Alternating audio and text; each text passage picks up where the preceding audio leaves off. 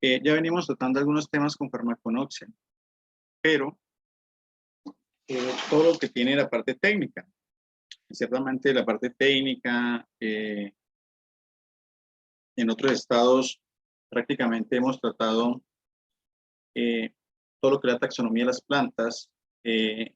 Miramos qué era la farmaconoxia, las clases de farmaconoxia, miramos las clases de extracción, la mecánica, extracción, Sollex, supercríticas, y otras clases de extracción de plantas, de principios activos. Miramos algo muy interesante que tiene que ver prácticamente con la parte de los metabolitos secundarios y cuál es su acción dentro de la planta, cuál es su función dentro de la planta y cuáles son las rutas de trabajo de esos metabolitos secundarios. Tenemos la ruta del ácido chiquímico, la de coacetil A o la policetatos, bueno, todas estas rutas que hacen que se aparezcan los metabolitos secundarios y que desde ahí pues miramos que las plantas tienen una funcionalidad en nuestro organismo, que crean nanomoléculas que funcionan en nuestro organismo y que tienen efectos benéficos. Bueno, y por último miramos todo lo que tiene que ver con la legislación farmacéutica sobre la fitoterapia en Colombia. Ahora pues vamos a entrar a ver cada parte de fitoterapia, cómo funciona en diferentes sistemas. Uno de los sistemas muy interesantes y que hoy vamos a ver es el sistema respiratorio y si alcanzamos a ver el sistema circulatorio. ¿Qué hice yo? La investigación que hice, una investigación realmente, miré lo que había en el Vademecum de plantas colombianas, miré lo que había a nivel de Europa, traje todo más lo que había aquí en Colombia y me guié por varias referencias bibliográficas, por el Vademecum de plantas colombianas, me guié por la farmacología vegetal de la Universidad Juan Escorpa, me guié por el Vademecum de plantas medicinales. Entonces, ahí tenemos unas buenas bases y desde ahí pues hice un resumen, ¿sí? Un resumen para poder llevarles a ustedes como la teoría. Lo que primero vamos a ver es un poquito de fisiopatología, pero recuerde que no estamos viendo ni fisiología ni semiología, sino vamos a ver algo muy por encima para más o menos entrar en tema y corresponder hacia dónde queremos dirigirnos respecto al trabajo de fitoterapia. Lógicamente vamos a manejar enfermedades leves y moderadas, ¿sí? Cosas sencillas que se pueden manejar con fitoterapia y que lo hacen muy bien y que las plantas han traído muy buenos beneficios en ese proceso como tal. Entonces, no siendo más, pues vamos a entrar a trabajar con ese proceso. ¿Hay alguna pregunta hasta el momento, compañeros? Bueno, mientras estamos aquí, entonces vamos a entrar aquí a ver esta parte. ¿Listo? Perfecto.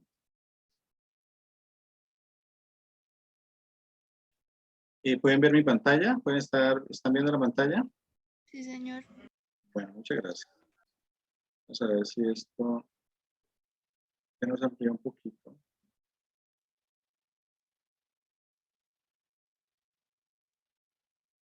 Bueno, recuerden que si tienen alguna pregunta en particular, pues me la pueden estar haciendo, ¿sí? Y de una vez la podemos solucionar, si se logra solucionar, y podemos compartir el espacio de ese proceso. Bueno, hoy que vamos a ver algún tema muy interesante y es fitoterapia para el aparato respiratorio. ¿Qué plantas medicinales trabajan sobre el aparato respiratorio? Pues algo que comencé por ahí porque es algo que está como muy de moda, ¿no? En esta pandemia y todas estas cosas, pues todo el mundo comenzó como a cuidar mucho el aparato respiratorio y a mejorar ese proceso como tal. Y por eso comencé con ese tema en particular. Bueno, primero que todo, vamos a hablar sobre fitoterapia para la tos. Y vamos a hablar un poquito sobre qué es la tos como tal, ¿sí? La tos, antes de entrar al contexto de qué plantas se pueden utilizar para la parte de la fitoterapia, la tos es un acto reflejo fisiológico complejo, destinado a mantener la permeabilidad de las vías respiratorias y evitar su bloqueo mecánico. Aquí estoy resumiendo algunas fisiopatologías, semiología, algunas cosas y las resumo en pequeños detalles para entender ese proceso. Es un mecanismo de defensa del árbol respiratorio frente a los cuerpos extraños o la excesiva acumulación de moco, como mucosidad. Es uno de los síntomas más comunes, su prevalencia oscila entre el 5 y 40% de la población. O sea, esto es antes de la pandemia, ¿no? Más o menos este síntoma aparecía entre el 5 y 40% de la población, dependiendo del estado, cambios ambientales y demás en el momento, la polución, cambios de estación y eso además. En la vía respiratoria es una alta capa de mucosas protectora que captura los pequeños cuerpos extraños, mientras que unos cilios desplazan constantemente el moco hacia la boca, formando el cilio mucociliar, el sistema, perdón, mucociliar. Cuando estos mecanismos son suficientes, se produce el reflejo de la tos. Perdón, no son suficientes, se produce el reflejo de la tos. O sea, cuando no podemos transportar aquellos alergenos o que produce una irritación hacia afuera, la tos es el mecanismo que produce ese proceso, o es lo que produce el cuerpo para producir tos. Por eso muchas veces bloquear la acción de la tos no es tan bueno. Depende de y por qué. Entonces, la tos facilita la secreción en exceso de mucosa o partículas extrañas inhaladas. Se origina por estímulos irritantes que activan las fibras sensitivas de la mucosa respiratoria, activando el centro de la tos, que está en el bulbo raquídeo, y genera reacción en los bronquios, tráquea y laringe. ¿Sí? Esa es la función, y prácticamente así es que funciona el proceso de la tos como tal. Ahora, ¿cómo se clasifica la tos? La clasificación es muy interesante. La tos es aguda si persiste un máximo de 6 semanas y crónica cuando sobrepasa ese tiempo. Puede ser productiva o no productiva. ¿Sí? O sea, puede ser seca o expectorante, prácticamente, para que entiendan ese lenguaje en un momento. Bueno.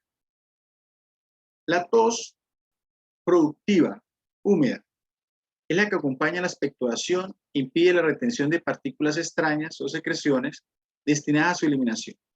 ¿Sí? Prácticamente. El material expulsado se denomina esputo. Muchas veces eso es lo que hacen en los laboratorios cuando un paciente tiene una tos persistente, una tos que no tiene una evolución, mandan a tomar un examen de esputo para mirar qué es lo que está segregando y qué bacterias está agregando desde el árbol bronquial como tal. Ahora, existe la tos seca. La tos seca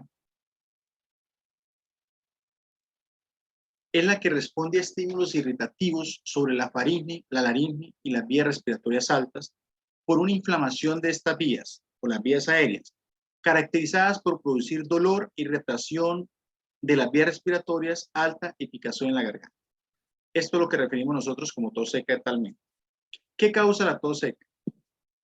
Aquí es inhalación de sustancias irritantes, enfermedades del aparato respiratorio, enfermedades del aparato digestivo. Recuerden que el reflujo gastroesofágico normalmente produce tos, irritación garganta y molestias como tal.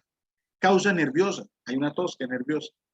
Causas ambientales, la polución, los cambios de clima, las alergias, todo esto produce alguna clase de tos en algún momento como tal. Bueno, ahora, ¿qué tratamientos convencionales existen para la tos? En los tratamientos convencionales normalmente existen los antitusivos que tratan la tos seca, los mucolíticos que fluidifican las secreciones, como el fluimucil, que es N-acetilcisteína, los expectorantes que activan los mecanismos de expulsión de la tos. ¿Sí? Esas son las 3 clases de medicamentos que existen para la tos. Y cuando hablamos de medicamentos vegetales, o hablamos de medicamentos y plantas vegetales, también estamos hablando de lo mismo. Existen medicamentos que ayudan a expectorar, existen medicamentos fitoterapéuticos que son antitusivos. De por sí, muchos laboratorios alopáticos utilizan muchas plantas para tos. Una de las más conocidas que un antitusivo es la Era Helix, más conocido como Liderax, creo. Perdón. Tiene un nombre que Era Helix, tiene un nombre que se me paga en este momento, pero fueron los árabes y lo traía un laboratorio alopático inicialmente. No era ni fitoterapéutico.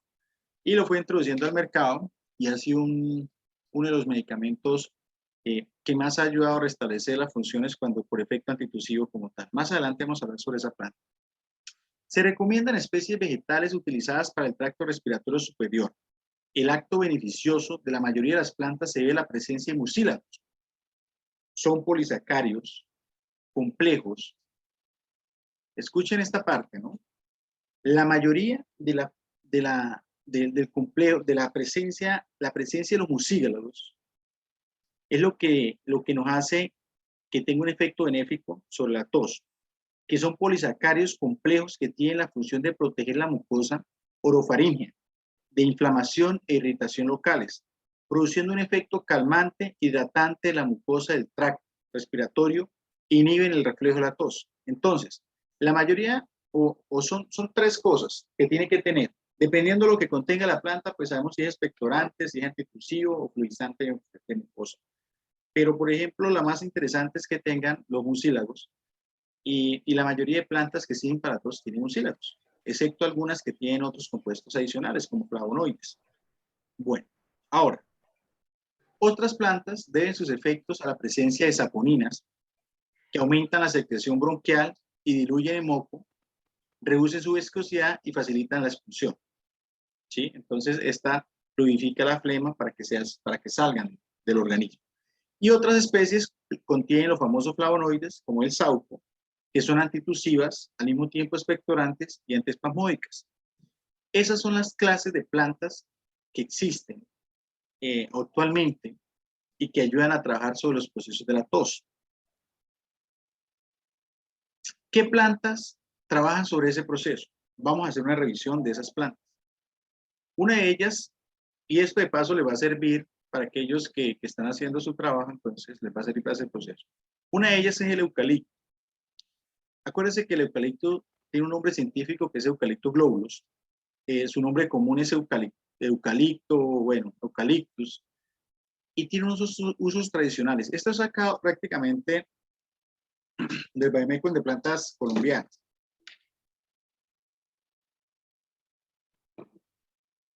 Sus usos tradicionales se le atribuyen propiedades expectorantes, trifugas, hipoglicemiantes, mucolíticas y antihelmíticas.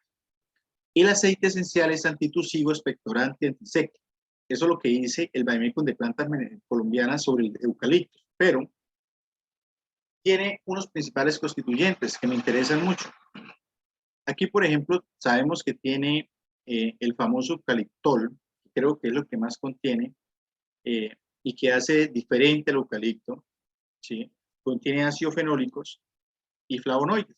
Eso es como el compuesto esencial del eucalipto, y su uso interno es expectorante. Normalmente la fabricación del eucalipto, cuando dice que es extracto fluido 1,1, estamos hablando de 10 gramos sobre 100 mililitros, ¿sí? Y sobre ese proceso se toman 20 a 30 gotas cada 8 o 12 horas. Su decocción en las hojas o su proceso son 3 gramos de hojas en una taza cada 8 horas. Cuando uno va a utilizar plantas medicinales directamente sin hacer una conversión, sin utilizar las famosas aromaterapias o una decocción o una infusión, es muy importante tener en cuenta el miligramaje, porque si usted le echa muy poquito no funciona, y si le echa más de lo normal, pues puede recurrir a que tenga un efecto secundario. Entonces, si usted no quiere utilizar un jarabe, usted quiere utilizar es una decocción o una infusión, que es una clase de extracción de metabolitos secundarios de las plantas o principios activos, normalmente utilicen pues lo que dice el son 3 gramos, utilicen 3 gramos, en una taza son 250 ml y se toma eso cada 8 horas para que tenga el efecto que se efectue sobre ese proceso. Al final de esto, pues vamos a hablar si hay combinaciones o no pueden haber combinaciones entre estos procesos. Ahora, las contraindicaciones y precauciones del eucalipto. Normalmente siempre todas las plantas tienen contraindicaciones de embarazo y lactancia, pero aquí tiene inflamación. Buenas noches. Buenas noches. Inflamaciones del tracto gastrointestinal o de las vías biliares. Y cuando hay insuficiencia hepática, aquellas personas que tienen cirrosis o problemas hepáticos, normalmente no lo pueden tomar porque se metaboliza en el hígado y pues hace un proceso de citocromo P450, como todos los medicamentos o sustancias, y puede generar algún cambio ahí en ese proceso. Bueno, ahora, ¿tiene interacción con otros medicamentos? Sí, parece ser que hay que evitar el uso continuo con los ansiolíticos, que es algo del sistema nervioso central, porque parece ser que activa ese funcionamiento y pues hace que su absorción sea extremadamente rápido y genere unos cambios en el sistema nervioso central como tal. Ahora, ¿qué toxicidad tiene el eucalipto cuando se pasa la dosis? Mire, el DL50 del eucalipto es de 4.5 gramos kilogramo día. O sea, por cada kilo de peso, si usted pasa esta dosis 4.5 gramos, lo más probable es que tenga un DL, o sea, una neurotoxicidad, ¿sí? Pero para pasar esta dosis, imagínense, se recomienda 3 gramos en decocción cada 8 horas, o sea, 3, 6, 9 gramos.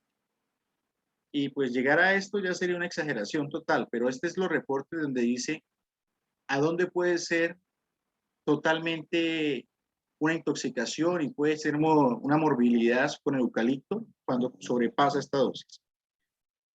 El eucaliptol, que es el compuesto esencial del eucalipto, puede ser neurotóxico o epileptógeno. Eso quiere decir que en pacientes que tengan problemas con epilepsia y toman más de lo normal de eucalipto, puede generar pues un ataque de epilepsia, o si toma más de lo normal, pues ya puede activar el sistema nervioso central. ¿Sí? La ingestión de 30 ml de aceite esencial letal en adultos y la dosis menores de 4 y 5 ml han presentado efectos fatales en algunas personas. Cuando hablamos de esta dosis, compañeros, estamos hablando para sacar 30 ml de eucalipto. Uy, eso es muchísimo, porque es que si usted se pone a mirar, eso se hace por destilación, sacar aceite esencial. Y para sacar 30 ml por destilación, realmente se necesita una cantidad enorme. Yo creo que por 10 mililitros casi son 10, yo creo que más de 10 libras, ¿no? De eucalipto que se necesitan para sacar 10 ml de aceite esencial, puro, extracto puro, puro, puro, puro. Para llegar a 30 ml, imagínense. No, es bastante la cantidad y no creo que alguien pase a ese proceso, es así. Lo que yo trato de decirles es que las plantas son seguras siempre y cuando las tomen en la dosis correcta, con el uso correcto y la información correcta. Acá, si no tomamos esas precauciones y hacemos todo como quien dice, a lo que están haciendo sin esa información, lo más lógicamente es que aparezca un efecto secundario como tal. Bueno, si la tomamos segura, aquí no dice que pase algo, no pasa nada, ¿sí? Simplemente va a tener su efecto, que es un efecto expectorante, entonces hace su acción de ayudar a eliminar flema del tracto respiratorio común. Bueno, otra de las plantas usadas es la famosa Hedera elis, que es la hiedra, pero no la hiedra venenosa, la hiedra que ha sido utilizada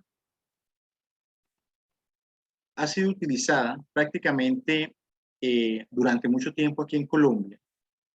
Siempre han tenido tiempo de utilizar la Hedera elis para la parte de la tos. Y pues vamos a mirar qué pasa con la Hedera elis. Se utiliza como expectorante, es mucolítico y espasmolítico, ¿no? En caso de tos espasmódica, bronquitis espástica, afecciones crónicas de la vía respiratoria y en general enfermedades del tracto respiratorio superior.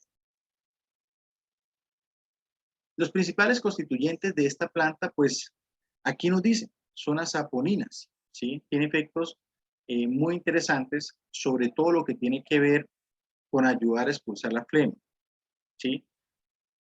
Y tiene otros interesantes como los poliacetilenos, ¿sí? Y de aquí nos interesan prácticamente esos dos.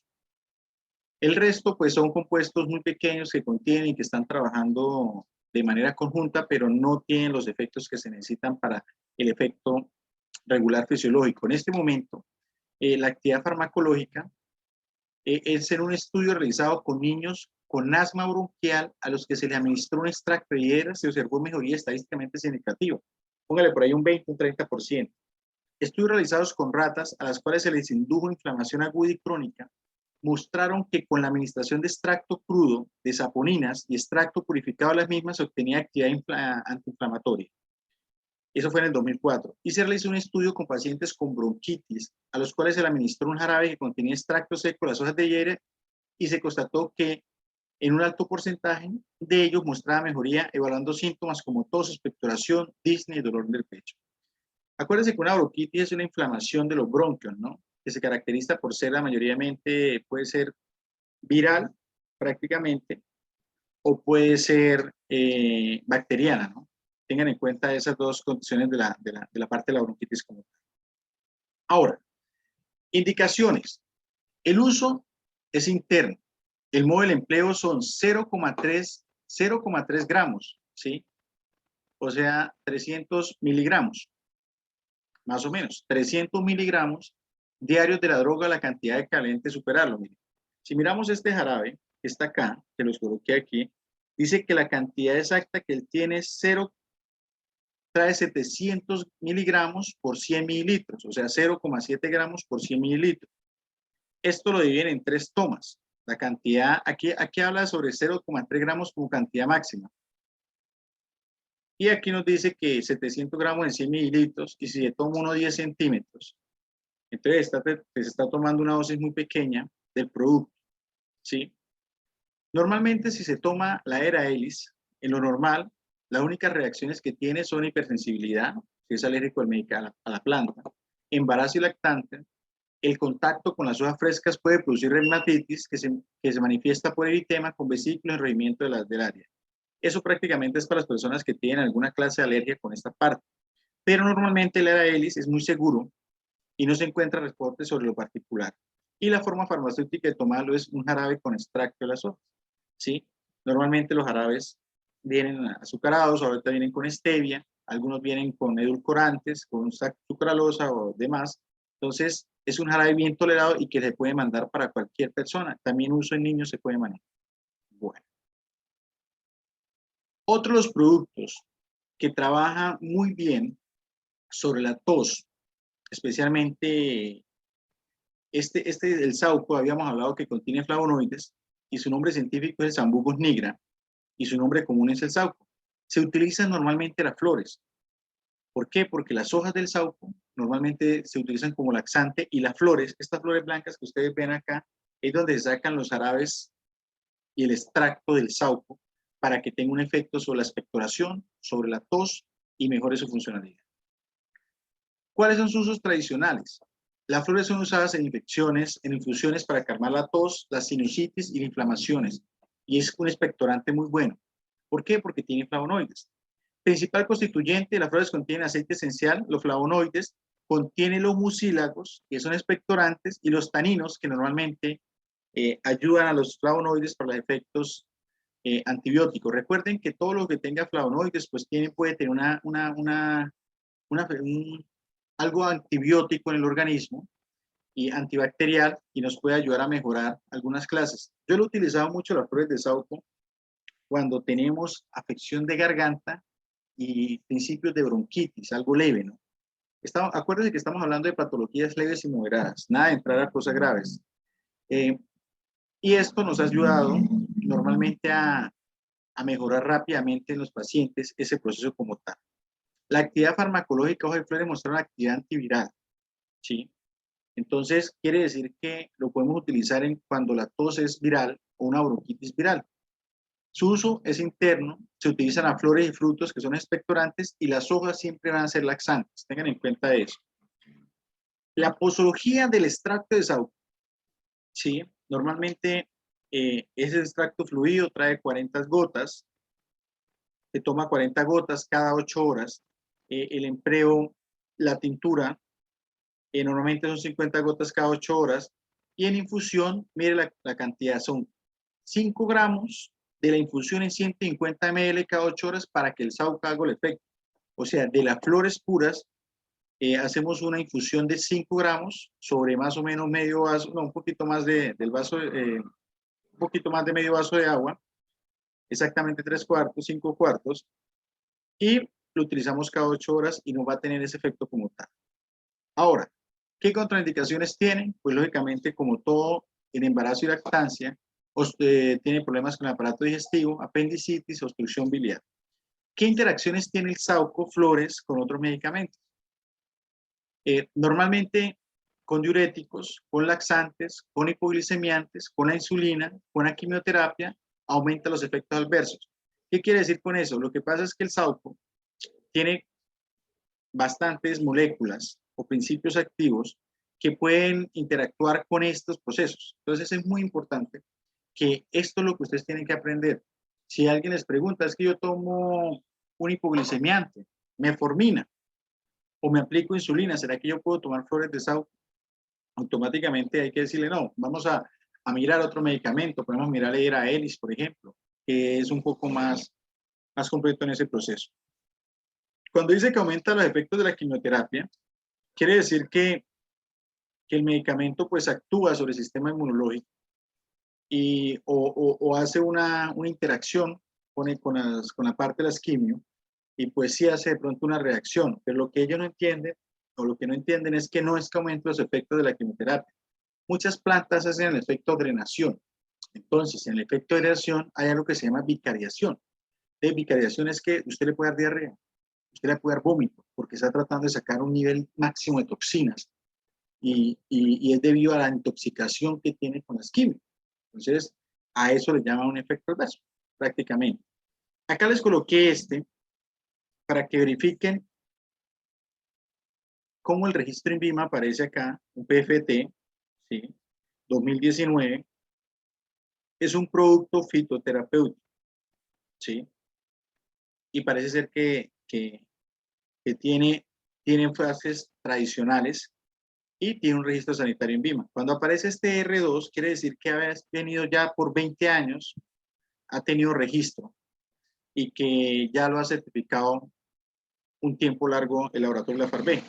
De por sí el laboratorio de la FARB creo que es uno de los primeros laboratorios que hizo investigaciones de plantas medicinales y ha sacado medicamentos en el mercado. Pues no es por hacer fama, pero los medicamentos de este laboratorio por lo menos sí sé que son productos de una alta calidad, con una buena industrialización, porque he visto sus laboratorios y la verdad la base científica que tienen es bastante amplia. Como ellos trabajan con una universidad, prácticamente las investigaciones son muy altas y tienen muy buenas investigaciones. Actualmente la FARB está trabajando también con todo lo que tiene que ver con cannabis, ¿no? Entonces, es muy interesante trabajar sobre ese proceso. Bueno, sigamos por este lado. Esta es una planta que me encontré en el Bademecum, que es el Hisopus officinalis, y normalmente la utilizan para la tos. No es muy conocida, es de Colombia, prácticamente es muy colombiana, pero casi no la utilizan en la parte de las farmacias o los puntos naturistas. Mire, la planta se ha empleado en tos, resfriados, bronquitis, flatulencia, indigestión y dispepsia. O sea, tiene una acción muy interesante por las mucosas. Estamos hablando de la mucosa digestiva y la mucosa respiratoria. ¿Sí? Sus principales constituyentes, la planta contiene terpenoides, flavonoides y taninos. O sea que también tiene un efecto antibiótico para cuando hay bronquitis de pronto virales o antibacterianas. Esta plantica de pronto la hemos visto por ahí, por eso la llaman hisopo, porque tiene una forma una característica muy interesante en su forma. Entonces, ¿qué actividad farmacológica tiene esta planta? El aceite esencial mostró actividad antimicrobiana, como les acaba de decir, frente a un número considerable de bacterias y hongos, por lo del método de difusión en disco. O sea, eso es que aplican diferentes bacterias y colocan la gotica y miran cuál inhibe y cuál inhibe. Se determinó la actividad antioxidante del aceite esencial. Su uso interno es expectorante, ¿sí? Y su modo de empleo es oral. Infusión 3 tazas al día. Normalmente el aceite esencial se utiliza 1 a 3 gotas cada 8 horas. El extracto fluido es 1:1, o sea, 10 gramos por 100 mililitros, 30 a 50 gotas cada 8 a 24 horas. Esto se disuelve en bastante agua cuando el extracto fluido, pero normalmente nosotros sabemos hacer pintura, que es la mitad, ¿no? Entonces son 50 a 100 gotas cada 8 horas, cada 8 a 24 horas, o sea, 3 veces al día o una vez al día. Sus contraindicaciones en el hisopo son el embarazo y la lactancia, gastritis, síndrome de intestino irritable y colitis ulcerosa, casualmente. Toxicidad: no existen estudios sobre toxicidad aguda o dosis repetitiva. Se ha observado efectos tóxicos del aceite esencial, especialmente en niños. Bueno, entonces aquí ya hemos tenido algunas plantas que trabajan sobre la parte del principio de la tos, que me parece muy importante y que estamos analizando en su proceso. Ahora, una de las plantas muy interesante y que tiene unos estudios muy importantes es la malva, porque la malva es un gran antibiótico. Se utiliza mucho en la parte naturista, porque la malva, había un medicamento muy interesante, me acuerdo tanto que se llamaba malva romero eucalipto. Ese medicamento era de un laboratorio y ese medicamento era espectacular. No sé por qué dejó de salir, pero esa combinación era espectacular. Me acuerdo que eso no había tos. El romero, antiespasmódico. El eucalipto, antitusivo, expectorante. Y la malva, un antibiótico natural. Eso ejercía unos procesos muy interesantes sobre eso. Tiene una flor muy característica y es de por sí muy agradable verla. La malva, en las partes usadas, usamos lo que son las hojas y las flores. Su uso tradicional, la planta se usa por propiedades emolientes, expectorantes y laxantes. Se emplea en el tratamiento de bronquitis, también se utiliza para estreñimiento, para accesos, por su efecto antibiótico, tos, quemaduras, inflamaciones en la cavidad bucofaríngea. Tópicamente se utiliza para reducir edemas, o sea, inflamaciones. Sus principales constituyentes contienen mucílagos. ¿Se acuerdan, Amado, que los mucílagos es lo principal para ayudar a expectorar? Tiene taninos, antocianinas, y precisamente este que se llama malvina, que es como la molécula exacta que hace que la malva sea diferente a otras plantas, y este es su principio activo y su metabolito secundario más activo en ese proceso. Ahora, ¿cuál es su actividad farmacológica? No existe estudio sobre esta especie vegetal porque parece ser que es muy colombiana, ¿no? Y lo están haciendo de la parte investigativa, pero yo sí tengo un estudio de malva. En ese momento, de pronto, claro que este es también cuando estamos hablando del 2008 y nos estamos guiando como de la parte de eso, pero sí hay un estudio muy interesante sobre la malva. Su uso interno es expectorante. Su modo de empleo es oral. Su infusión es de 3 a 5 gramos de hojas secas en 150 mililitros de agua en cocción. En jarabe se toma una cucharada 10 centímetros, normalmente 3 veces al día. Contraindicaciones y precauciones, embarazo y lactancia. Toxicidad, no se encuentra información sobre este particular. Bueno, sigamos. Otro muy utilizado, no sé si ustedes lo han utilizado mucho, el famoso marañón. Este viene muy compuesto, este viene con propóleo, eucalipto, marañón, más o menos se llama ese. El marañón también tiene un efecto muy antibiótico, ¿no? Muy bueno porque trabaja sobre la parte de los antibióticos y se puede tomar, y es muy bueno para esa parte de las toses, especialmente en la bronquitis. Su nombre científico, Anacardium occidentales, sus sinónimos están ahí. Su nombre común, marañón, anacardio, árbol de jobo, ¿sí? Chura, marañón rojo, marañón amarillo, marey. Todos estos son nombres que le han dado en diferentes regiones y la parte utilizada es la corteza. Ahora, sus usos tradicionales. Aquí hay un propóleo, por ejemplo, este lo utiliza mucho en propóleo, marañón y polen, por ejemplo. El cocimiento de la corteza es empleado para el tratamiento de la diabetes, dolores, diarreas, resfriados, congestión, inflamación, dermatosis, sarpullidos, llagas en la piel. Se emplea localmente como astringente y cicatrizante en caso de heridas y úlceras bucales. ¿Sí? Sus principales constituyentes de la corteza se han encontrado flavonoides, que tienen efecto antibiótico, lógicamente, antraquinonas, alcaloides, que siempre tienen un efecto antiinflamatorio, y los taninos, que siempre tienen un efecto de protección por el sistema de las mucosas como tal. Entonces, el marañón es algo que nosotros consumimos, de pronto alguna vez en la vida han tomado propóleo con eucalipto y marañón, y ese es el efecto interesante antibiótico que tiene, ¿sí? Aquí se ha evaluado su eficacia ante las bacterias gram negativas y gram positivas de los extractos en etanol y las hojas y la corteza, obteniendo resultados positivos en la mayoría de casos. Su uso interno es hipoglicemiante antiinflamatorio según el Vademecum de plantas medicinales en Colombia, pero realmente en este hipoglicemiante antiinflamatorio es que lo poco que lo usan.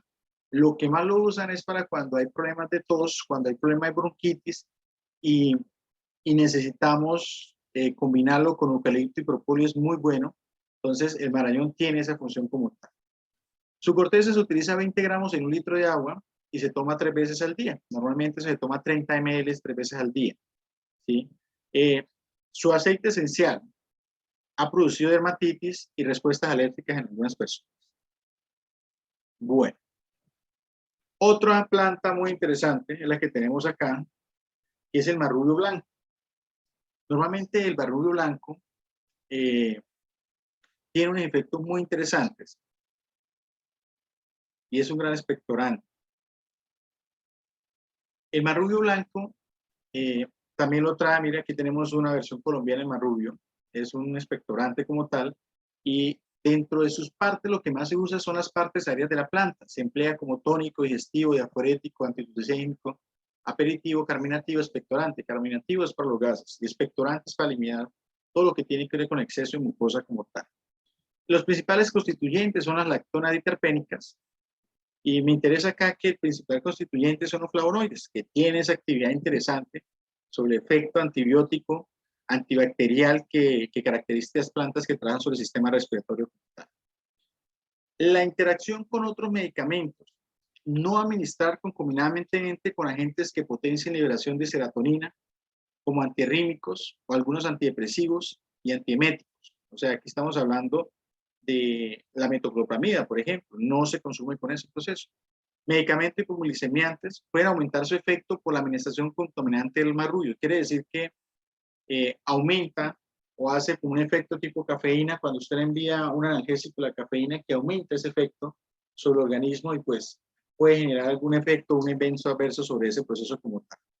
¿Eso qué quiere decir cuando dice concomitantemente? Estamos hablando si lo tomas al tiempo, pero si yo me tomo un medicamento y por ahí a las 2 horas consumo el marrubio, lógicamente no va a pasar eso, porque ya ha pasado la hora pico y ya ha tenido ese proceso de biodisponibilidad hepática como tal. Toxicidades no se conocen de esta planta y las formas farmacéuticas y otras preparaciones pueden ser en extracto, hojas y flores. Su uso interno es expectorante y normalmente la dosis oral son 4.5 gramos de la droga al día. O sea, dividido entre 3 es más o menos 1 algo de gramos lo que se toma realmente en ese proceso. Está contraindicado en pacientes con problemas cardíacos, insuficiencia cardíacas o insuficiencia renal grave. Es lo que trae normalmente esta parte del marrubio. Otra de las plantas muy interesantes, esta florecita, que se llama pensamiento. Su nombre científico es viola tricolor y su nombre común es pensamiento, amor perfecto, flor de la Trinidad, trinitaria, también le conocen por acá. Y esa florecita, donde usted la ve, sus hojas y sus flores, es un gran medicamento para la tos. ¿Sí? Sus usos tradicionales se le atribuye propiedades depurativas, o sea, por medio de la parte renal, hepática, para prevenir, combatir afecciones cutáneas como eczemas, ímpetu, acné, prurito. Actúa como expectorante, diurético y antiespasmódicos. Es útil en el tratamiento de la bronquitis y la tos. Esta es muy conocida por acá, por estos lados. Sus principales metabolitos, pues está entre los ácidos fenólicos y tiene los mucílagos compuestos. Eso quiere decir que tiene un efecto muy interesante en la parte de expectoración como tal. La actividad farmacológica del pensamiento, la infusión y decocción y extracto etanólico de la planta mostró una actividad antimicrobiana, o sea, es un antibiótico. La alta actividad de los extractos comparada con las fracciones sugiere interacción sinergética entre los compuestos de la planta. Realmente lo utilizan como un antitusivo, o sea, inhibe la función de la tos como tal. Entonces, ¿yo puedo combinar un expectorante, un antitusivo y antiespasmódico de las plantas? Sí, claro, pero hay que mirar que tengan una interacción y una sinergia como tal. Si yo miro un expectorante, este solo tiene la función de ser expectorante, este tiene la función de ser antitusivo y este tiene la función de ser un antibiótico, podría ser una combinación y sería un buen jarabe para la tos a nivel de la parte fitoterapéutica como tal. Bueno, su modo de empleo normalmente es 1 a 1, de 10 gramos sobre 100 mililitros, 30 a 50 gotas cada 8 horas o 24 horas respectivamente. La tintura es la mitad y se trabaja sobre 50 a 100 gotas. En infusión, 3 tazas al día y las contraindicaciones son niños menores de 2 años y en personas que sufren de asma. Normalmente, ¿qué pasa con esto? Pues produce normalmente como un proceso directamente sobre lo antitusivo, irrita más la zona y puede generar que haya más fatiga, los que son efectos que son antitusivos. Entonces, ahorita más adelante vamos a mirar cuáles son los jarabes que son más utilizados para el asma, ¿sí? No estos. Estos solamente se utilizan para la clase de tos, o es antitusivo, o es expectorante, o es mucolítico, solamente en tos. Por eso sus contraindicaciones en paciente con asma. Bueno, Entonces, entramos a eso. ¿Cuál es la fitoterapia para las infecciones respiratorias y el asma? Recuerden que el asma no se trata con antibióticos. El asma es otra cosa independiente. Y sabemos que las enfermedades respiratorias son la causa de las más frecuentes consultas de atención primaria y constituyen un importante problema de salud, una morbilidad y una mortalidad muy elevada. Se pueden dividir en dos grupos, enfermedades infecciosas y enfermedades no infecciosas. Bueno, ahora, ¿cuáles son esas enfermedades infecciosas? Vamos a explicar levemente la parte fisiopatológica y qué dice sobre el problema. Una de las más frecuentes es el resfriado común de origen vírico, originando más consultas con el médico y ausencias laborales. Son síntomas que pueden ser presentados en cada persona de forma diferente. Pueden incluir goteo nasal, congestión, picor y cosquilleo en la garganta, estornudos, ojos llorosos, fiebre, dolor de garganta, tos seca y leve dolor muscular, dolor de cabeza, cansancio leve y escalofríos. Empieza siempre 2 a 3 días de la entrada del virus en el cuerpo.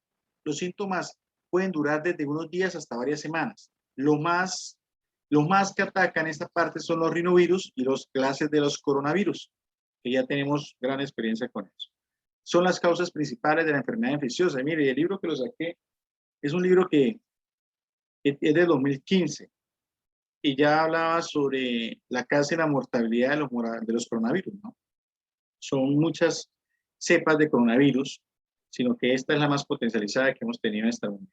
Bueno, otras enfermedades infecciosas bastante frecuentes es la faringoamigdalitis, que más o menos está entre 40 y 70%, son de origen viral y las de origen bacteriano tienen como agente etiológico el Streptococcus pyogenes, que está entre el 15 y el 20%. El Mycoplasma pneumoniae, que produce la neumonía, lógicamente, que está entre un 10 y un 15%. La Chlamydia pneumoniae, también que está entre un 10 y un 10%, entre 8 y 10%. Y las manifestaciones son molestias locales, ya descritas anteriormente. El tratamiento de los procesos víricos es sintomático, o sea, depende de los síntomas que conlleva, pues se hace el tratamiento. Solo se recomienda iniciar tratamiento con antibiótico, miren, escuchen esto, si se sospecha de infección bacteriana, que suele tener un comienzo brusco. La infección bacteriana siempre tiene un comienzo brusco porque las bacterias se trabajan directamente. El proceso de la fiebre más elevado y el caso de la faringoamigdalitis genera, o la sinusitis, que es otra enfermedad infecciosa, normalmente sus síntomas son muy acelerados, algo que no pasa con la parte viral que va avanzando poco a poco. ¿Sí? La sinusitis es otra enfermedad infecciosa, aproximadamente el 15% de los casos son de origen vírico también. Los virus implicados son los adenovirus, el virus respiratorio sincicial. Entre las bacterias está el Streptococcus pneumoniae, entre un 20 y un 35% de los casos. El Haemophilus influenzae está entre un 6 y 26% de los casos. Síntomas como inflamación de la membrana mucosa que cubre la cavidad de los senos paranasales pueden producir fiebre, dificultad respiratoria y fatiga. Entre un 60 y un 70% de los casos son leves y moderados y se curan sin antibióticos. ¿Sí ven? Porque es que uno va a la farmacia y lo primero que hacen es, venga, te aplico una lincomicina, una hexametasona, un diclofenaco, o vente, toma este matrimonio, que eso es una citromicina, una acetaminofén, una rataína, todas estas cosas. Y lo malo ahí es el antibiótico. El antibiótico hace resistencia bacteriana y con el tiempo va a tener problemas para manejar este proceso. Entonces, recuerden muy bien cómo se producen esta clase de síntomas respiratorios y su porcentaje en cada proceso. Y si se dan de cuenta, el 70% son virales, no son bacterianos, no requiere antibiótico, sino requiere prácticamente, ahorita están saliendo muchos antivirales, inclusive creo que ahorita, si no estoy equivocado, ya están en Estados Unidos, MERS creo que está patentando el antiviral que va a salir para el coronavirus, ¿no? Que es una pastilla oral. Bueno, sigamos con este proceso. Dentro de esto, tenemos algo muy interesante y es la bronquitis, que es otra de las enfermedades del aparato respiratorio con mayor prevalencia. Se caracteriza por la obstrucción de las vías aéreas, por inflamación en el árbol tráqueo-bronquial, reduce la luz de los bronquios y la excesiva producción de esputo. La tos es el síntoma más destacado, provocado por rinovirus, coronavirus, virus de la gripe y adenovirus, pero con su frecuencia se producen infecciones con pero con frecuencia se producen infecciones bacterianas secundarias por generación de esputo. Entonces, normalmente la bronquitis es lo que nos lleva a generar ya, normalmente hay muchos pacientes que se les termina la gripe, ¿sí? Hablemos de una gripe normal, y después comienza un proceso infeccioso en la parte bronquial, o sea, una bronquitis, debido a que es un efecto secundario de la inflamación que trae el virus. El virus siempre abre la puerta para que entren las bacterias. Eso es un trabajo sinergético prácticamente. Comienza con un efecto viral o al alergeno, ¿no? Cuando hay una irritación, por ejemplo, en la garganta, una inhalación de humo, de límpidos o de cloros o todas estas cosas, y normalmente el alergeno abre la puerta para que eso se vuelva, o si hay un virus por ahí cerca, se convierta en algo viral o normalmente algo bacteriano común. Eso es más o menos un resumen de lo que es la bronquitis. Ahora, en las enfermedades no infecciosas, entre las enfermedades no infecciosas que se pueden tratar con fitoterapia, se encuentra el asma bronquial y la rinitis alérgica. El asma bronquial, ya para los que tienen más conocimiento, es una enfermedad inflamatoria crónica de las vías respiratorias que origina con un broncoespasmo agudo y disnea, o sea, fatiga o ahogo, entre otros factores que se encadenan, están los alergenos, las infecciones víricas, los productos químicos, el aire frío, el ejercicio en exceso. En estos pacientes que tienen tendencia a asma, el ejercicio en exceso les produce un ataque, una crisis.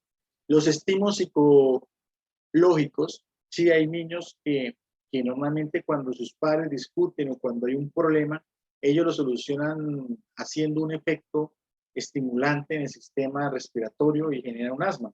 Son casos que se han visto y que se han documentado muy bien sobre el proceso. Y los que fuman y algunos fármacos alopáticos logran producir estos ataques de asma bronquial. En la rinitis alérgica, que es algo que quiero que entiendan acá, es un trastorno mediado por inmunoglobinas como consecuencia del depósito de alergenos en la mucosa nasal. Los síntomas son el estornudo frecuente, la rinorrea acuosa, el picor nasal y la congestión nasal. Mire lo que es un trastorno mediado por inmunoglobinas, o sea, es un ataque del sistema inmunológico a la mucosa rinítica, a la mucosa nasal, perdón.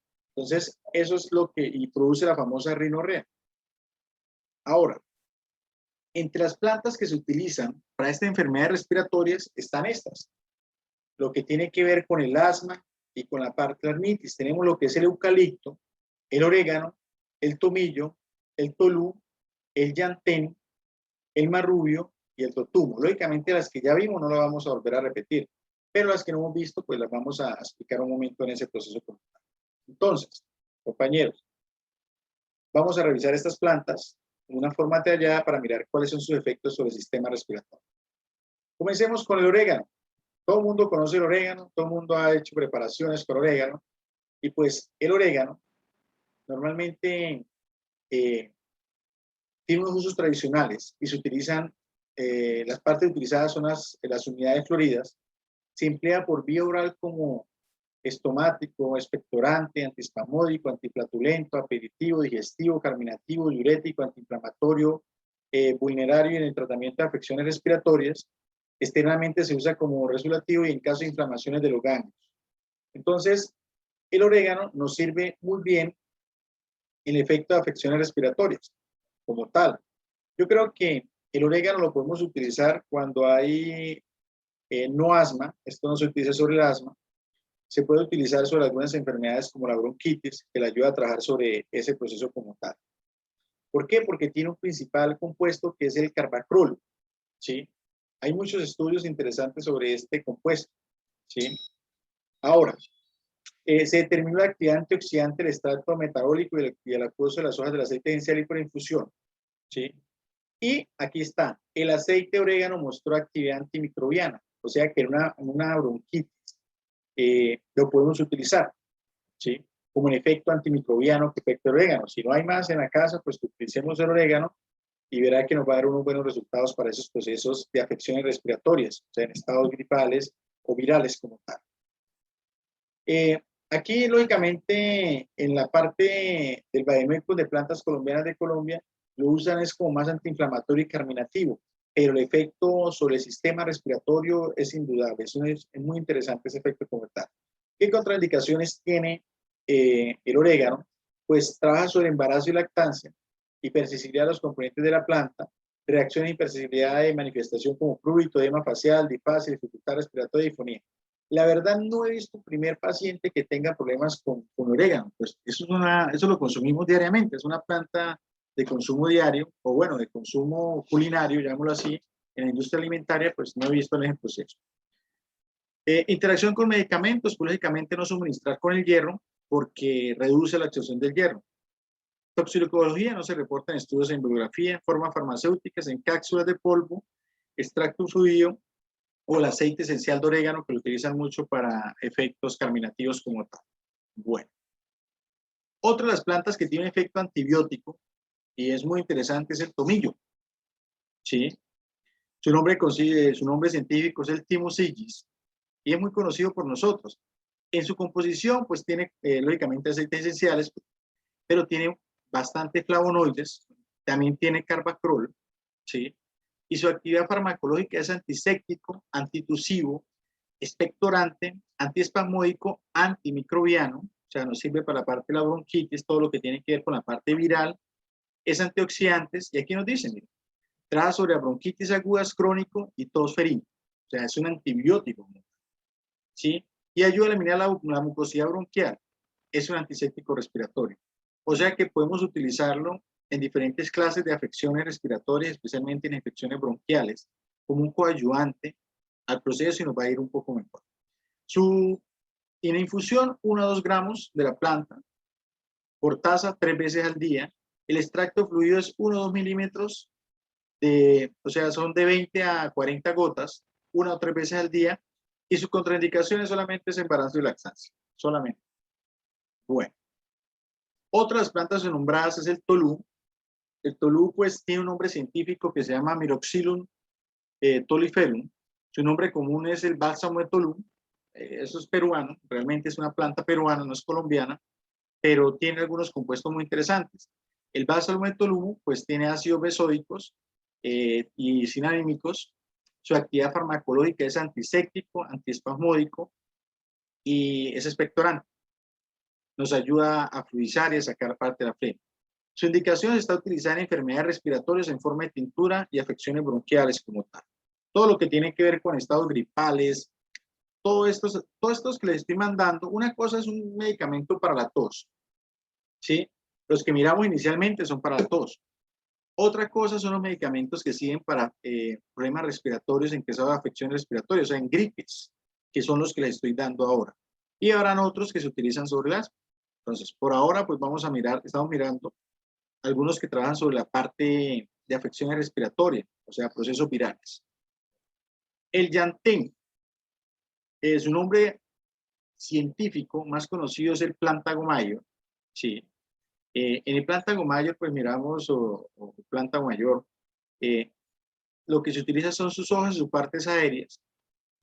La infusión y la disposición en su uso tradicional es por vía oral para tratar afecciones gastrointestinales como cólicos, diarrea, disentería y gastritis, y también se emplea en tratamiento de afecciones respiratorias.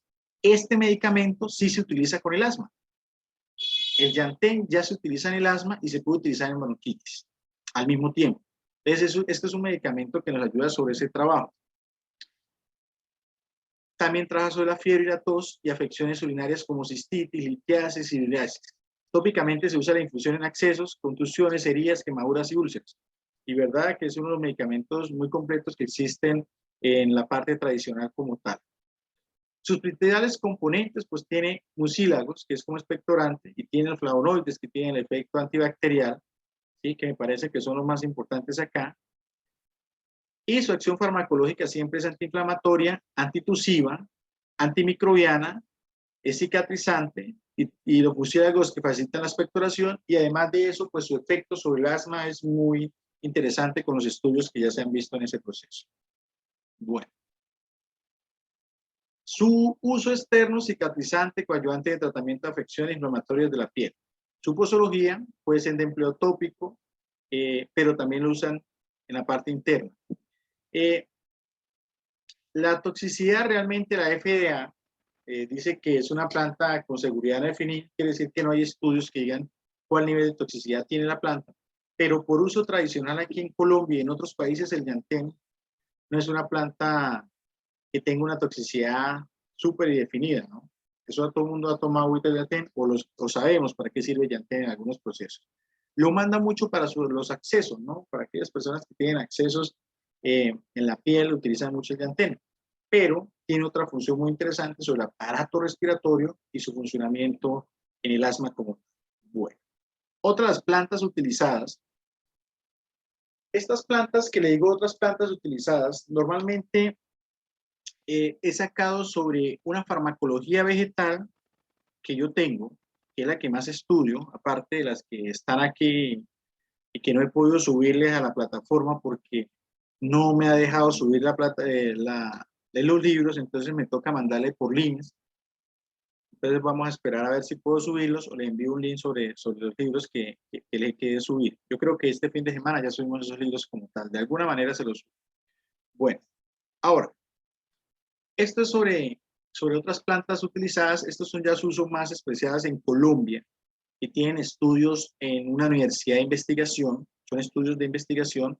Y pues tenemos una acción broncodilatadora y que sirve, por ejemplo, para el asma, como el totumo, ¿no? Que la parte más utilizada es la pulpa del jarabe, cura el asma, según investigaciones de la Universidad de Antioquia. Eso quiere decir que hay investigaciones completas de la Universidad de Antioquia donde dice, oiga, el totumo sí logra curar el asma. Lo que pasa es que hay que haberlo dar dosis, temporadas largas, los extractos como tal. Otra de las cosas utilizadas es el fragilejón, que pues de por sí se cuida mucho porque acumula mucha agua, por su mucosidad, y esas hojas también trabajan sobre el asma y las afecciones pulmonares. Y la lágrima de San Pedro, que es más conocido como el Croix lágrima COVID, aparece que en algunas formas de agua se curan tomando, perdón, en unas formas tomando agua, curan la parte de la tos y el asma como tal. Tiene una acción bronquilatadora. Vamos a revisar algunas. Por ejemplo, esta es la famosa lágrima de San Pedro, que es el famoso Croix lágrima COVID, y que le va a ayudar sobre la parte de eliminación de la tos como tal. Los famosos frailejón, que como le digo, son muy protegidos porque por ahí es que comienza la obtención de agua, pero sus hojas tienen un efecto muy interesante también para la parte medicinal con plantas. Y el totumo, que sí tiene un estudio más avanzado, que se llama Crescentia acujete, así se llama el nombre científico de esta planta, que todo el mundo lo conoce, que no ha consumido, voy a decir que no ha consumido guarapo en tutuma, no. Entonces, pero que no ha tomado agua o en tutuma, si sabe que se utiliza el totumo. Claro que en este caso, lo que más se utiliza son la pulpa de la fruta como tal. Bueno, ¿cuáles son las partes usadas? La pulpa del fruto se emplea por vía oral para el tratamiento de afecciones respiratorias como asma, bronquitis, pulmonía, resfríos, tos, así como para aliviar afecciones gastrointestinales. Se aplica tópicamente en emplasto para el tratamiento de la dermatitis. Sus principales constituyentes en la parte orgánica tenemos sinahídricos, clorogénicos, cítricos, tánicos y tartáricos, alcaloides cuaternarios, polifenoles y esteroles. Las semillas contienen aceites fijos constituidos por aceite oleico y linoleico, que trabajan muy bien sobre la parte circulatoria también. La planta también contiene compuestos de tipo iridoides, glicolizados, o sea, sirve para algunas inflamaciones y bueno, y trabaja muy bien sobre el asma, prácticamente.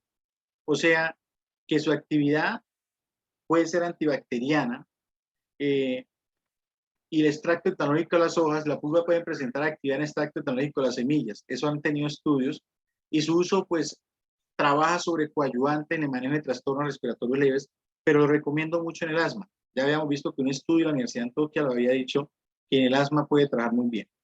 En jarabe normalmente se toma 1 a 3 cucharadas diarias. Lo único que puede estar en contraindicado es en úlceras iopécticas y no hay ningún problema con el totumo como tal. Ahora, hay otros medicamentos, otras plantas colombianas que tienen este estudio, famoso borraja. ¿Se acuerdan de esos jarabes que llamaban borraja y tilo? De pronto sus abuelas, su mamá sí lo conocían, que era el tilo es un antitusivo, ¿sí? Y la borraja es un expectorante. El tilo se utiliza mucho para el sistema nervioso central y bloquea la acción del estar tosiendo y tosiendo y tosiendo. Y la borraja sí es un expectorante muy chévere, por eso se llama borraja y tilo. En ese jarabe es muy conocido en esa época.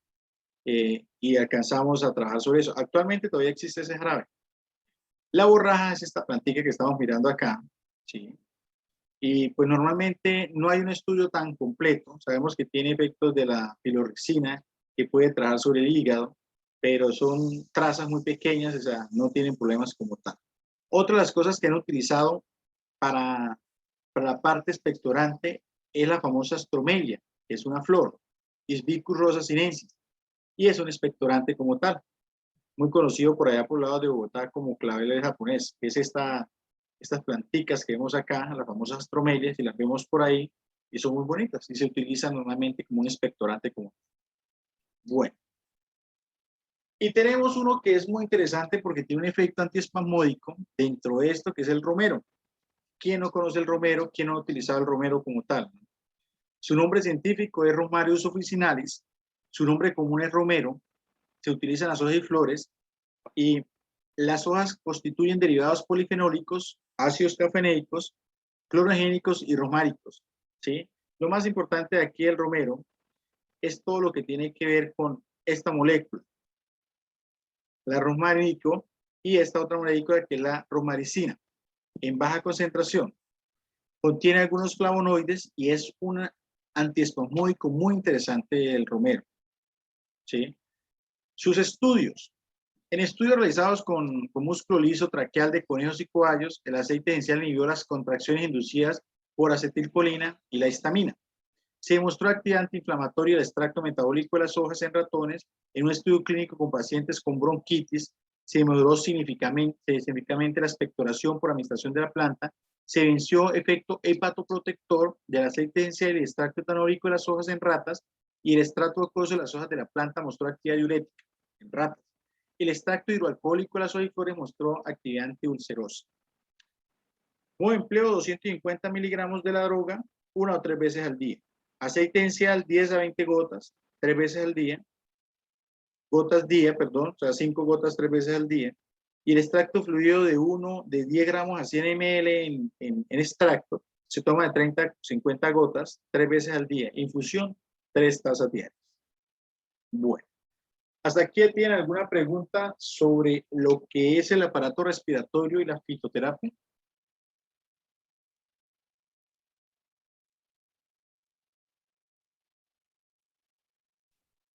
¿Alguien, perdón, aquí alguien ha trabajado o va a trabajar algo sobre la parte respiratoria?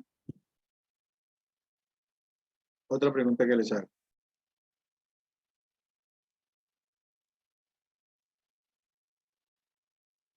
Profe, pues yo no, por ejemplo, no. ¿No? Perfecto. Entonces, por lo menos estoy tratando, yo sé que vamos así como rápido, pero es tratando de darles como un bosquejo, ¿no? No quedarnos ahí, sino darle un bosquejo sobre todo lo que se puede utilizar con plantas. Algo se nos va a quedar, algo nos va a servir. Ah, sí, algo, el totumo, en alguna farmacia comercial o en algún lado donde ustedes, porque la mayoría de farmacias trabajan fitoterapia. Sí, mire, este tiene marañón, es un antibiótico, tiene malva, también es un antibiótico, el romero es un antiespasmódico, el totumo sirve para el asma, el aera es un antitusivo. Entonces, todas estas cosas pues nos va a ayudar por lo menos a tener una idea del mundo fitoterapéutico y saber que se pueden utilizar, que pueden mejorar y que hay estudios comprobados que sí tienen una actividad sobre los procesos que se requieren, ¿sí? Y que también lo pueden hacer en infusiones, en planta, no necesariamente tiene que consumirse un jarabe. Si uno tiene la planta, pues hagámosla. ¿Cuánto es? Ah, 5 gramos, 3 gramos, 2 gramos. Ah, listo, hacemos la infusión y colocamos los principios activos o los metabolitos secundarios adecuados para hacer el proceso fisiopatológico como tal. Entonces, esto es lo que se puede hacer con fitoterapia en el aparato respiratorio. Ahora, a continuación vamos a hacer algo muy interesante. Vamos a hacer algo que es, vamos a trabajar sobre la fitoterapia sobre el sistema circulatorio. Esos son los dos temas que vamos a trabajar hoy. Este lo hice un poco más rápido. El otro también, pues tratando de darles como un enfoque para no cansarlos tanto. Pero sí tratando de llevar qué medicamentos fitoterapéuticos son los importantes para eso. y pues llevándole un poquito la experiencia que tengo sobre el tema y lo que yo manejo acá en mi farmacia. Entonces, vamos a trabajar ahora el sistema circulatorio como tal. Bueno, entonces, fitoterapia para sistema circulatorio. Lógicamente, las plantas de fitoterapia para sistema circulatorio no son tantas como el aparato respiratorio. Yo creo que las plantas que más se utilizan son para el aparato respiratorio, para el aparato digestivo, que son las más completas. Lo que tiene que ver con para la fitoterapia para el sistema circulatorio, pues no son tantas. Y vamos a trabajar especialmente sobre fitoterapia para enfermedades vasculares, periféricas, venotónicas y venoprotectoras. Ven, aquí faltó esto. Entonces, es la parte de la fitoterapia que se necesita. ¿Qué es lo que nosotros vamos a trabajar? Dentro del sistema circulatorio hay varias clases de fitoterapia. Por ejemplo, fitoterapia para hipertensión, fitoterapia para la parte venosa, fitoterapia para la parte arterial. Entonces, vamos a hacer unas divisiones pequeñas sobre los efectos fitoterapéuticos sobre esos procesos como tal. Bueno, ahora, vamos a hablar un poquito del sistema venoso. Para aquellos que ya saben, pues interesante, y lo recordamos, y para los que no, pues aprendemos un poco sobre el sistema venoso. El sistema venoso, desde el punto de vista de funcionamiento, es un modelo de adaptación para luchar contra la gravedad. Recuerden que el sistema venoso, pues lógicamente, es una regulación compleja y se puede desequilibrar fácilmente. La enfermedad vascular venosa se define como un conjunto de alteraciones hemodinámicas sanguíneas que se manifiestan cuando hay alguna perturbación en el sistema venoso. ¿Cómo funciona? Imagínense que cada vez que el corazón late, nosotros dentro de las venas tenemos unas válvulas. No sé si yo tengo aquí un dibujo, muestra a ver. Yo tengo un dibujo. Ah, mira de acá. Nosotros dentro de las venas tenemos unas válvulas. Estas válvulas que ustedes ven acá. ¿Sí? Y cada vez que el corazón late, la válvula hace un movimiento. Y es que la válvula cierra y abre, ¿no? Depende del corazón, de su bombeo. Entonces, cada vez que el corazón hace un latido, la válvula empuja la sangre hacia arriba y vuelve y cierra.